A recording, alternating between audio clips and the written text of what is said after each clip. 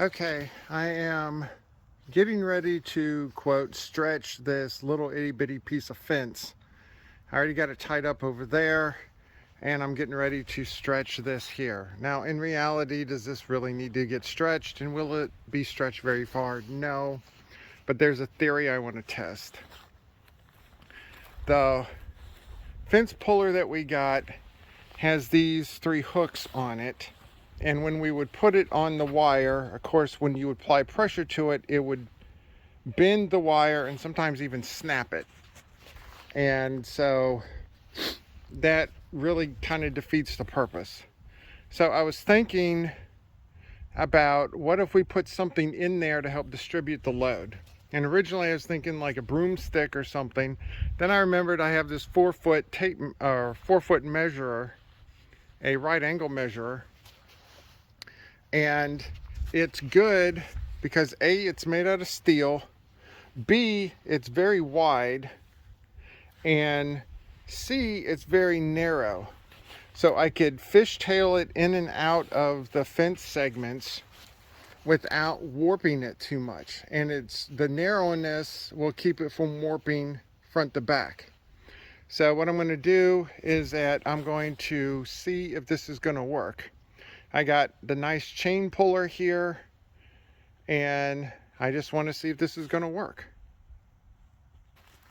Okay, obviously it didn't take a whole lot, and as you can see, what it's doing here is it is bending the verticals, but they're not being bent that bad because it's being distributed along the whole fence piece instead of just in 3 spots.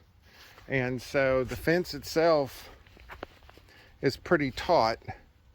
Now, granted, this is not the best case scenario because this is only about 15 feet long, but I think it's proving the test. So tomorrow we're going to stretch this piece here, which is 150 feet. So other than the very first one that we did, which was an unmitigated disaster, this one we're going to try with everything we've learned on the fence, including this here, to see if it's actually going to work better. Okay, it is done. Got it tied off over here. Got the T-post tied off. This honestly is the fence piece that I was concerned about the most on this whole thing because it was so short. But because of the new way I figured out how to do the stretching with my T-square over here, this is by far the best fence piece we have. I mean, this is nice and taut here. And so we're going to carry this on tomorrow because it's like 5 o'clock right now. We're going to carry this on tomorrow to do the rest of it. So we have that piece left, which is about 150 feet. Then the fence piece is going to be done. Okay, we are ready for the final run. This run is about 150 feet long. And so I got everything set up. The back end is tied. And one thing I'm deviating from the typical videos is they just lay the fence down flat and then stretch it that way. I went ahead, and the fence right now is just sitting on top of these T-posts. So what Andre's going to do is she's going to go over there and just remove them so the fence will be free flowing. I have the puller set up, but it's obviously not taut yet. So this is going to be our final field test to see if this, what I came up with yesterday, is actually going to work. All right, so far Andre's about halfway done and the fence is still standing up. I know it's not going to be perfect. Just keep going. Just do them all. All right, hold up there. We stopped halfway through and I tightened it up a notch or two. And so all of the T-posts are out, so it's not exactly vertical, but it's not horizontal either. What my hope is that the stretching part is going to be a lot less, because otherwise I'm going to have to take the thing down, start all over again, move it. So let's hope that's not going to happen.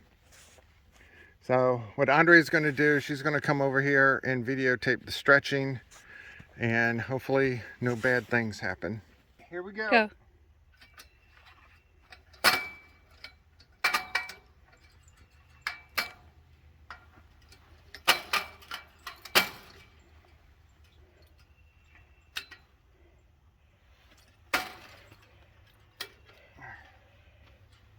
Alright, the fence is now vertical. It's pretty taut, so I think I'm going to stop it here. The main thing I want to do is with the T-posts, is the T-post just keeps them up. So,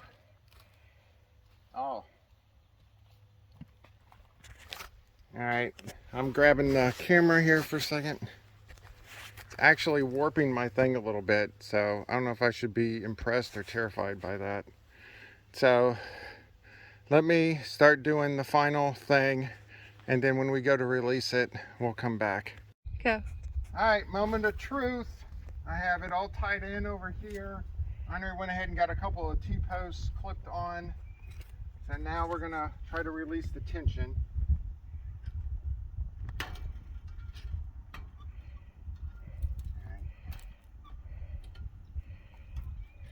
Alright, Andre, pause it. Okay. Alright, I forgot a second how to release this. You have to pull down on it, and then you release this way. And then that should, keyword is should. Alright.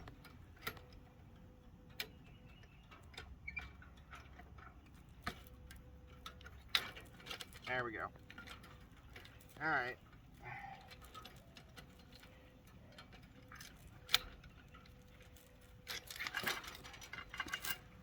Okay, so it's released.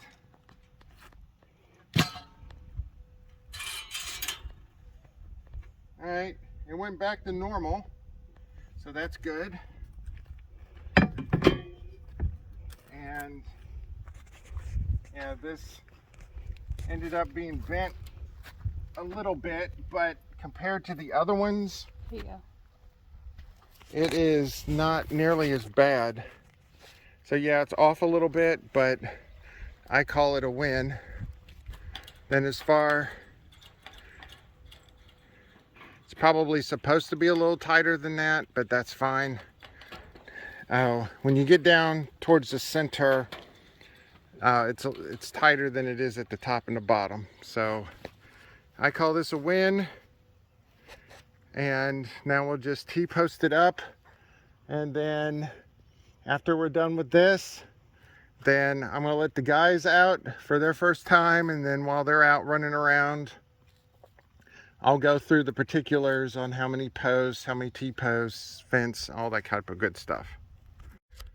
Alright, the moment we've been waiting for, fence is done. The guys are prepped, and now it's going to be release the hounds. Alright, here comes Sherlock. Oh, lady doesn't know. I know. Here comes the doggy. All right. All right, lady's figuring it out. Oh, she figured it out. Here she comes. That dog is really fast. What's up, lady? Okay. All right, this area here is about 175 by about 105. And then the nighttime area is about 55 by 55. And all of this combined is going to be about a half acre. So we wanted the fence to be in here for several reasons. One is that drain field is right there where lady is right now. Then we're going to stick our garden over here. And then it gives them enough room where they can run around for a while, where I can get the wooba or frisbee or something and I can chuck it as far as I want and it not even get close unless I really sling it. So I am going to move this, but that'll be like a tomorrow problem.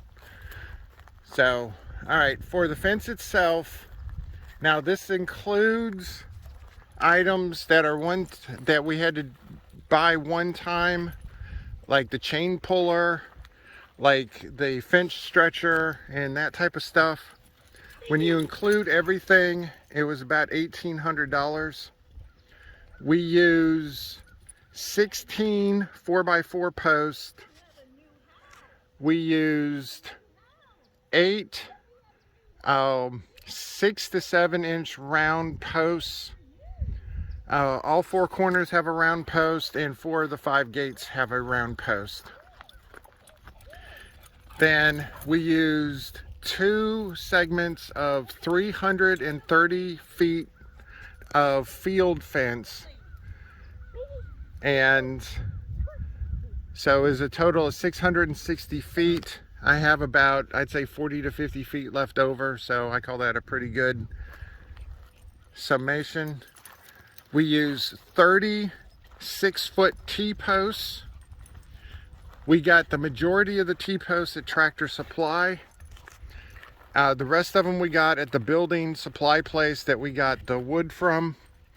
The tractor, the place at the building supply place the T-posts were about 50% more, and you did not get clips. Where at Tractor Supply, of course, they were cheaper, and you got clips with them for free. So if you have a Tractor Supply or something similar to that, I would check with them, because it is a lot cheaper that way. And that also included the gates. We got 3 12-foot gates and we got 2 4-foot gates. So right now we got a 4-foot gate going from the nighttime area into the main area, and then we have a 12-foot going into the nighttime, 12-foot near the septic, and then a 12-foot out here. This is the one we're going to use when I mow and do garden stuff.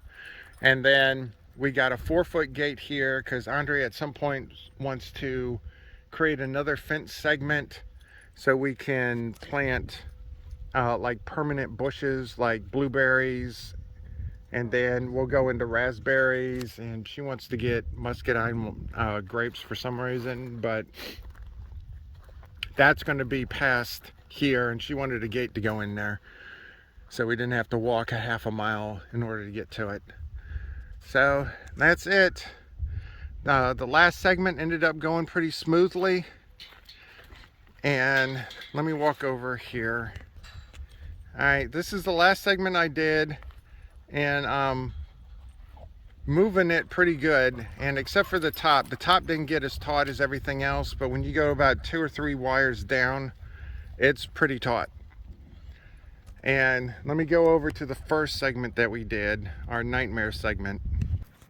Okay, we're at the first segment that we did. This segment was at 230 feet, and that included turning a 90-degree corner, which if we ever do a fence in the future, I will not be doing a 90-degree corner like that. I'll just stop it at the corner and then start another one.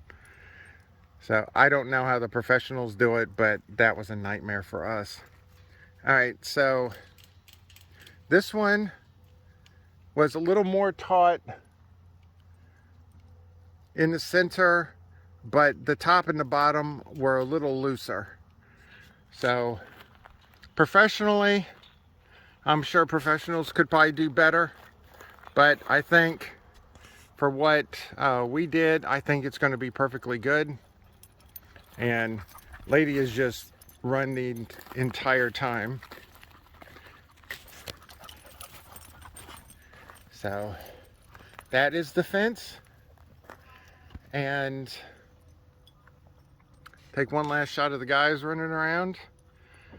So hopefully every single day, as long as it's not raining, I will open this up in the daytime and then they can go do this and wear themselves out.